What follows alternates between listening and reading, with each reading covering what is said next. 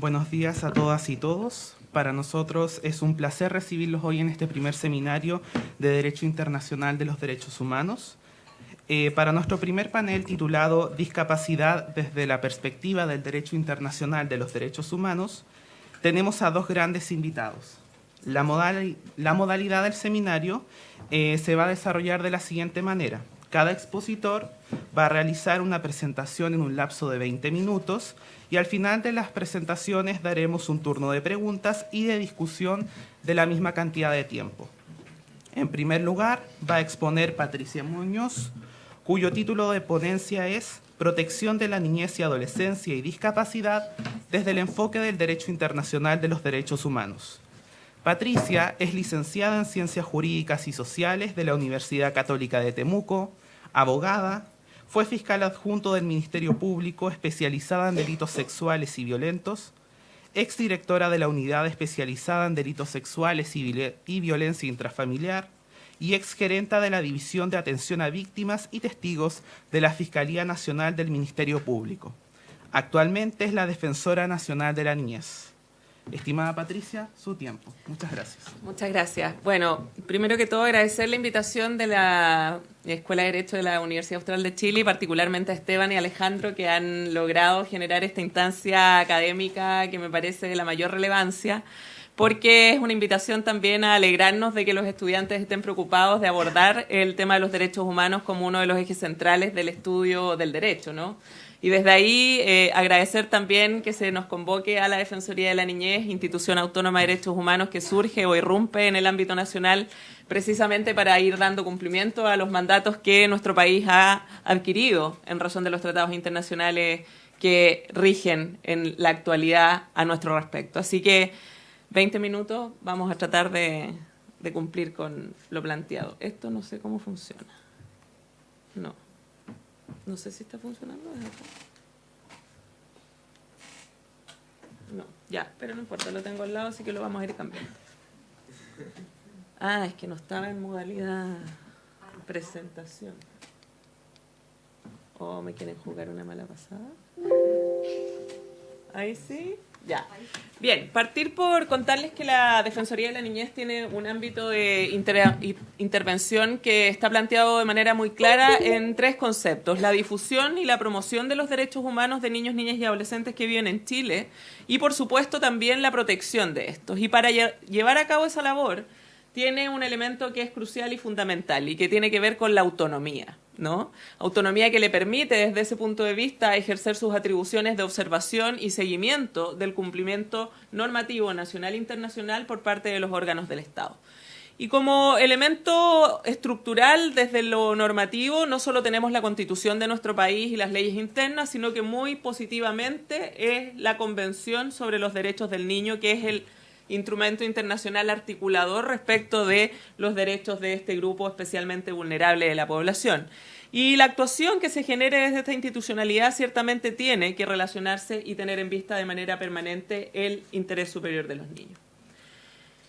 Cuando hablamos de las funciones, y solo muy brevemente antes de entrar en el tema propiamente tal, las podemos encasillar en 4 grupos. La primera, que es la más relevante, que tiene que ver con la observación y seguimiento del comportamiento estatal en relación con la forma en que los órganos del Estado de Chile realmente van dando cumplimiento o no a aquel mandato que se estructura desde la ratificación de la Convención sobre los Derechos del Niño. Desde la perspectiva de la autonomía y desde la estructura funcional de la institución, la Defensoría de la Niñez no puede mandar o exigir a un ministerio o a algún órgano que ejecute algún comportamiento debido, pero sí ejerce recomendaciones en relación con el cumplimiento de la Convención y tiene el arma secreta, ¿no es cierto?, de que cuando el Estado chileno va a rendir examen, ya sea a nivel periódico universal o temático, a los organismos internacionales de los instrumentos que ha ratificado, la Defensoría puede hacer informes alternos al Estado para decir que aquellas maravillas que se plantean en los informes del gobierno realmente no son tan así, sino que la realidad que enfrentan los niños, niñas y adolescentes de Chile dista, desafortunadamente, de lo que quisiéramos observar. Luego, lo que se relaciona con la difusión y promoción de derechos, y aquí estamos centrados en que no solo la sociedad en su conjunto conozca los derechos humanos de niños, niñas y adolescentes, sino que particularmente los propios niños conozcan de sus derechos para que de esa manera puedan exigir también en los distintos ámbitos de su desarrollo el respeto de los mismos. Y tenemos también un ámbito que se relaciona ya con la protección especializada de manera más directa, cuando se relaciona con las facultades que tenemos de intervenir eventualmente en algunos litigios, como en el ámbito criminal o también en el ámbito constitucional por la deducción de recursos de protección o de amparo y la presentación, por ejemplo, de amicus curiae o esta fórmula de amigo de la Corte que con la presentación de informes en derecho buscan que las resoluciones de los tribunales atiendan al interés superior de los niños, niñas y adolescentes. Y finalmente otro grupo de facultades que está asociada a la coordinación y a la articulación de los órganos del Estado para responder a esto. Probablemente si es algo en lo que Chile no somos capaces de hacer, a pesar de que lo declaremos permanentemente, es coordinarnos. Y la falta de coordinación tiene un impacto muy directo en la posibilidad de brindar espacios de ejercicio efectivo de los derechos a todos los ciudadanos, incluidos, por cierto, niños, niñas y adolescentes. Como principios rectores de las funciones de la Defensoría, el interés superior del niño, la igualdad y no discriminación, la autonomía progresiva, ¿no es cierto?, y el derecho a ser oído, y también el derecho de haber preferente de los padres en el ámbito de la educación. Como vamos a ver en la temática del panel, que es la discapacidad, ciertamente estos principios están muy contrariados desde el punto de vista de lo efectivo. Y solo para contarles, nosotros hemos establecido un plan estratégico institucional porque en la lógica de lo que demanda la infancia y la adolescencia comprenderán que son enormes los tópicos en los cuales se debiera intervenir. Y en un mandato inicial de 5 años hay que definir ciertas prioridades y lógicas en las cuales ir logrando determinados resultados desde el punto de vista institucional. Y por lo tanto ahí hemos definido 3 ámbitos estratégicos asociados a la promoción, a la difusión, a la efectivización y la restitución de los derechos y también a la generación de una institucionalidad sólida que desde ese punto de vista basada en la innovación pública pueda establecerse como un referente en el ámbito de derechos humanos a nivel nacional como también a nivel internacional. Ahora, entrando en lo que tiene que ver con los derechos humanos y luego de la conferencia que nos ha brindado nuestra querida doctora Jimena Fuentes, queda de manifiesto que todo lo que se analiza en relación con la existencia de los derechos humanos y su debate está planteado desde la obligatoriedad que tenemos de analizarnos en razón de la dignidad que nos asiste a cada uno de nosotros por el solo hecho de ser personas. Y esta descripción que tiene que ver con que los derechos humanos no son intrínsecos, en lo que dice relación con la situación de niños, niñas y adolescentes, muchas veces parece tener una distancia mayor, porque parece que esta calificación de dignos en calidad de personas no les llega a estos que parece que son personas más chicas o con ciertas restricciones que les van dificultando su labor. Y por lo tanto, desde ahí, lo que nos parece relevante es recordar y no perder de vista que cuando hablamos de derechos humanos, hablamos del reconocimiento que se hace de que todos tenemos igual valor.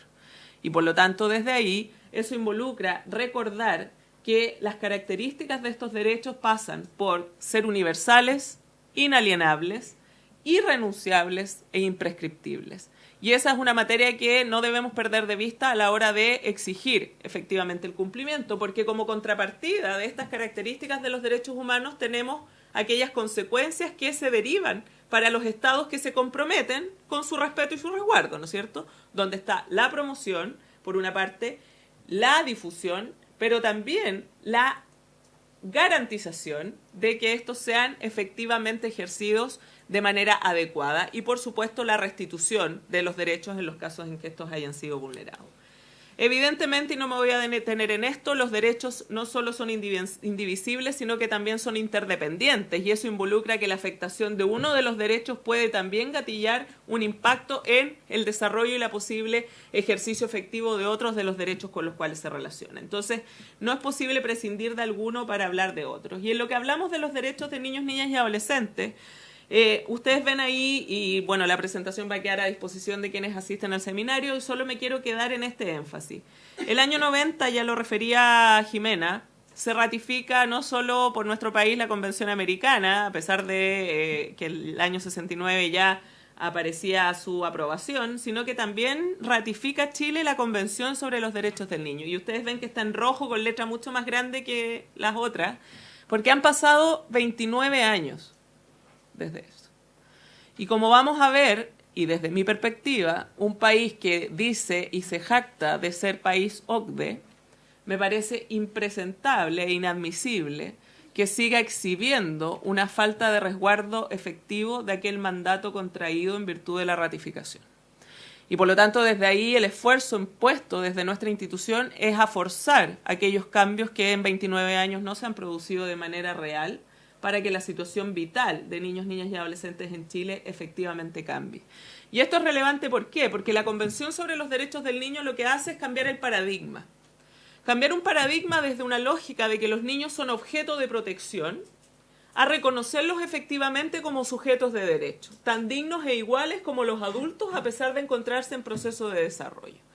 Y ese cambio de paradigma que se plantea el año 90 y al cual Chile adscribe al ratificar la Convención, efectivamente lo que uno ve es que a pesar de todo este tiempo transcurrido no ha sido realmente internalizado por quienes son los obligados a responder en términos de la efectivización de los derechos.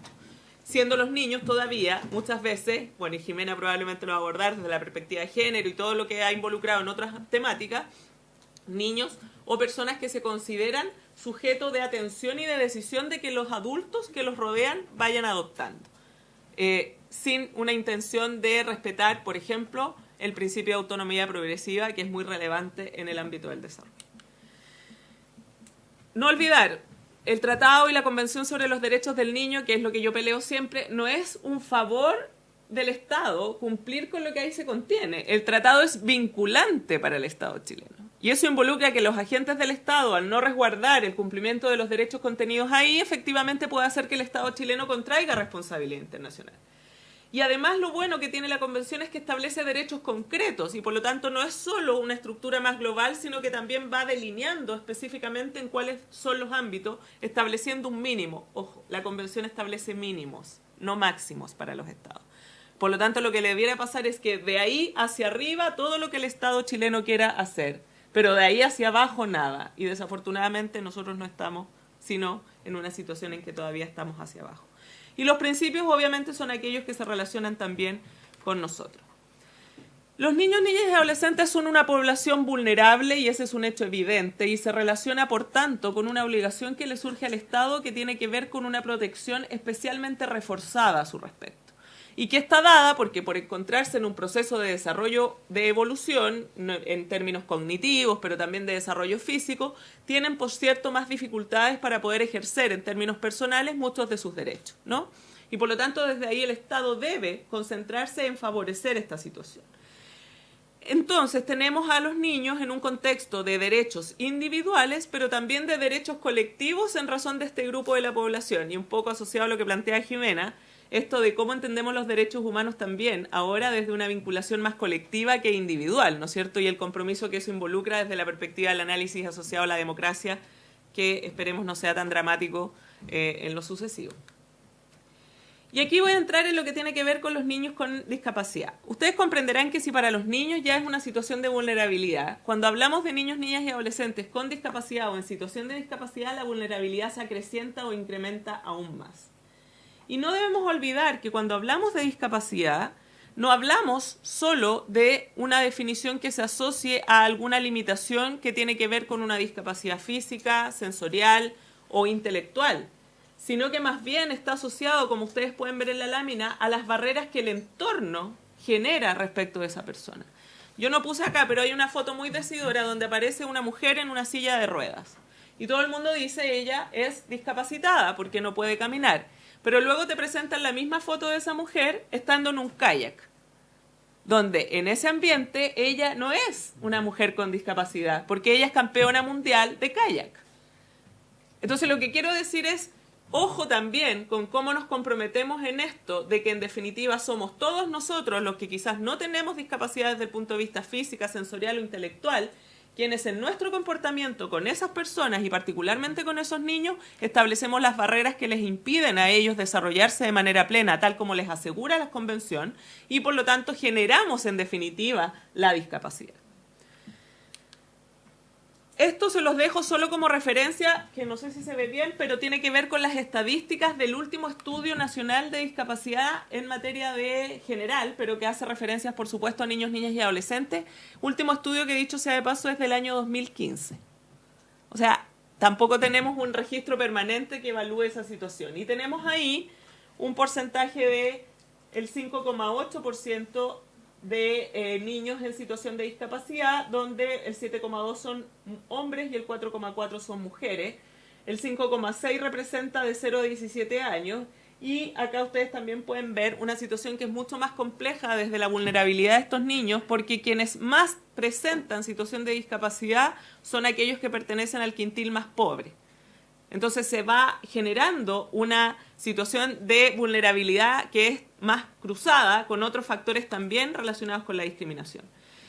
Y eso, por ejemplo, tiene impacto en lo que tiene que ver con la cantidad de niños o de adolescentes en situación de discapacidad que asisten a la educación media, donde el porcentaje es casi la mitad de aquellos jóvenes que no tienen discapacidad. Por lo tanto, lo que observamos son cómo las brechas van estableciendo y agudizando esta situación en la que ellos se encuentran, perpetuando condiciones que evidentemente involucran infracción a sus derechos fundamentales. Considerando que la Convención sobre los Derechos del Niño fue el primer instrumento internacional que estableció ya una específica mención a la situación que involucraba el análisis y el comportamiento estatal respetuoso de la situación de discapacidad. Y así tenemos, por ejemplo, que en su artículo 2, donde ya habla de la no discriminación, hablamos de no discriminar por ninguna condición, ¿no es cierto? Eso lo podríamos entender en términos genéricos asociados a la discapacidad. Pero tiene un artículo que es el artículo 23, donde se hace expresa referencia a la situación de niños, niñas y adolescentes con discapacidad, de manera tal de obligar a los estados a tener una vida plena y decente, ojo con ese concepto también, ¿no?, que les permitan llegar a bastarse a sí mismos y que además le aseguren o le faciliten la participación activa en los distintos ámbitos de desarrollo. Situaciones todas que, como veremos, se encuentran en una bastante menor nivel de cumplimiento. Entonces, debe disfrutar de una vida plena y decente. Reconocemos el derecho a los cuidados especiales, y esto se asocia también a quienes son los que habitualmente cuidan a los niños, niñas y adolescentes con discapacidad, donde generalmente el cuidado está puesto en la casa y casi en su mayoría por mujeres, que también tiene que ver un tema con el género, ¿no es cierto?, y cómo vamos perpetuando también dinámicas que en definitiva favorecen la situación discriminatoria. Entonces, cuando hablamos de satisfacer los derechos de los niños, también hablamos de lo que ha planteado el propio Comité de los Derechos del Niño en su observación general número 9 del año 2006, donde efectivamente, el Comité de Derechos Económicos, Sociales y Culturales, donde lo que se aborda es cómo la discriminación basada en situación de discapacidad genera graves consecuencias respecto de los niños, niñas y adolescentes que necesitan de acceder a aquellos bienes y servicios que efectivamente les permiten un desarrollo y una contribución a su vida plena.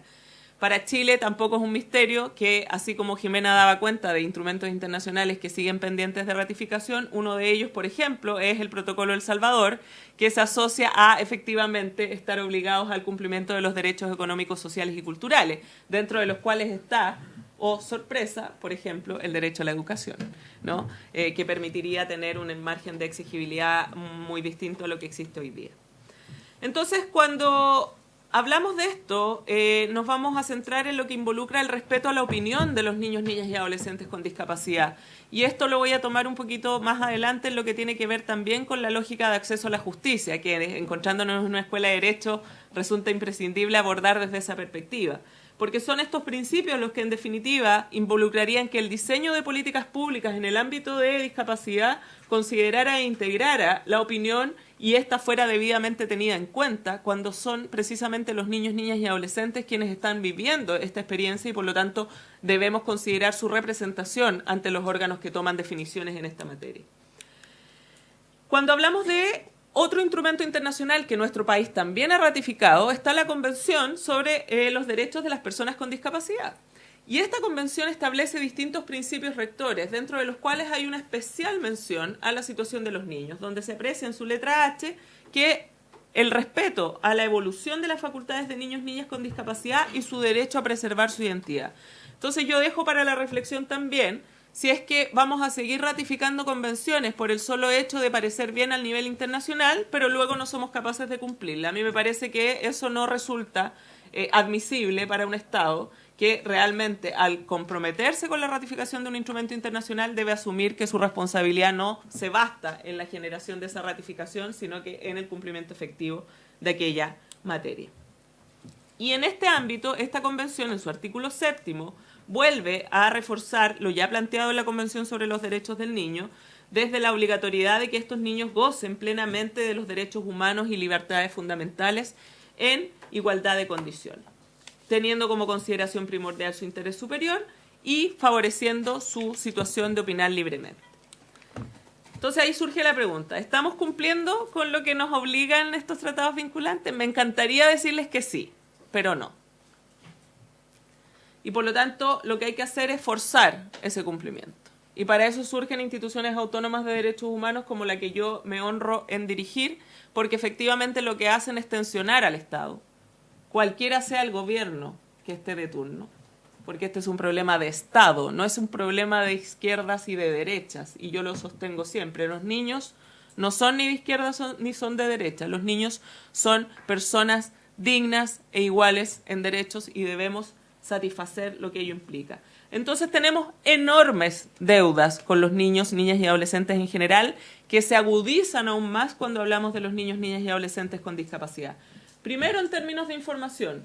Ni siquiera somos capaces de tener un registro y un análisis riguroso en términos informativos de quiénes son, cuántos son, qué es lo que necesitan, de qué manera están recibiendo aquellos bienes y servicios para los cuales pueden desarrollarse plenamente. Prueba de ello es que tenemos una encuesta del año 2015 que ni siquiera se actualiza y que no tiene una profundización mayor respecto de los niños. En materia de género, tampoco existe la incorporación de perspectiva de género en lo que tiene que ver con el diseño de políticas públicas o las intervenciones en personas en situación de discapacidad. Y esto tiene un impacto importante respecto del desarrollo de las niñas, de las adolescentes y también de las mujeres, que como decía, son aquellas que se están dedicando casi en un 100% al cuidado. Pero también desde el punto de vista de la imposibilidad de generar acciones favorables para, por ejemplo, la formación educacional de las niñas y jóvenes, situación que ha sido relevada por la propia relatora especial en el ámbito de las personas con discapacidad. Derecho a representación efectiva. Y acá sé que me quedan como 2 minutos, pero yo partiría por algo. No somos capaces de responder a todos los derechos de niños, niñas y adolescentes como discapacidad, pero obviamente si no somos capaces de brindarles representación jurídica efectiva, menos posibilidades tenemos de que esos niños tengan a resguardo a alguien que pueda representar sus derechos y hacer que su derecho a ser oído sea efectivamente respetado. Y no tenemos la representación jurídica especializada a nivel general y menos en este ámbito. No hay legislación actual, ni siquiera en los proyectos de ley que se están debatiendo, de garantía y de protección especializada, donde existe un foco específico en materia de discapacidad. Y tampoco se diseñan políticas públicas que introduzcan en su generación efectivamente aquellos requerimientos. Y por lo tanto, desde ahí hay un desafío. Porque el acceso a la justicia es un principio base de cualquier Estado de Derecho. Y si nosotros no estamos permitiendo a este grupo de la población acceder a aquellos mecanismos de justicia, lo que hacemos en definitiva es evitar sin ninguna duda su desarrollo global pleno, porque les estamos impidiendo la posibilidad real de lograr que sus derechos sean efectivamente ejercidos. Y ahí hay una deficiencia y una falencia que debe ser abordada. Y cuando nosotros hablamos de acceso jurídico o de acceso a representación jurídica especializada, ojo, no hablamos solo de los abogados y abogadas. Permítanme esta reflexión para quienes están estudiando sobre todo. Cuando uno estudia en la universidad, al menos en los años en que yo estudiaba, que han pasado bastante, a uno lo generaban con una convicción de que el abogado es casi un ser superior que está por sobre las otras profesiones y que por lo tanto tiene una jerarquía distinta. Si hay un ámbito en el cual los abogados y abogadas no podemos trabajar solos, es en lo que se relaciona con la infancia y la adolescencia, porque necesitamos interactuar con otras profesiones que son tan relevantes para poder entender quiénes son los niños que tenemos enfrente, qué es lo que necesitan, qué es lo que requieren y cómo construimos esa satisfacción de los derechos individuales, pero también como colectivo. Y cuando nosotros hablamos desde la Defensoría de Protección Jurídica Especializada o representación, lo vemos desde al menos un tridente que involucre el rol del abogado para defender en un litigio, pero también el rol, por ejemplo, de profesiones como el psicólogo, trabajador social, terapeuta ocupacional y muchas otras que en el ámbito de la discapacidad además requieren de una especificidad mayor para que logremos representar ante un tribunal no solo el interés superior, sino que también el interés manifiesto, que hace efectivamente un reflejo del resguardo que debemos cumplir normativamente. Deficiencias en el ámbito de salud, en espacios accesibles, lengua de señas, lo que tiene que ver con braille, lo que tiene que ver también con la generación de espacios públicos, las plazas, los lugares de juego están habilitados para que los niños puedan desarrollarse plenamente? Evidentemente que no, y ahí hay un vacío. En el ámbito educacional, ¿la inclusión la hemos logrado o solo seguimos hablando de una integración relativizada por el querer o el parecer de quien está a cargo de, por ejemplo, un establecimiento educacional? Son temas que ameritan una conversación mayor y que ciertamente debemos ir avanzando. Ahí tenemos algunos de los derechos de los que son titulares los niños y también una muy buena campaña que les recomiendo conocer, que es la que ha impulsado la enviada especial del del secretario general de Naciones Unidas para Discapacidad, que además es una destacadísima abogada chilena, María Soledad Cisterna, quien impulsó la campaña de Buen Trato para niños, niñas y adolescentes. En la presentación está el link donde ustedes pueden abordar los principios, que sin duda va en el camino correcto de decir quiénes somos, estamos, véannos, comprométanse con nuestros derechos y ustedes, Estados, sean realmente capaces de resguardarlos de manera efectiva. Así que muchísimas gracias.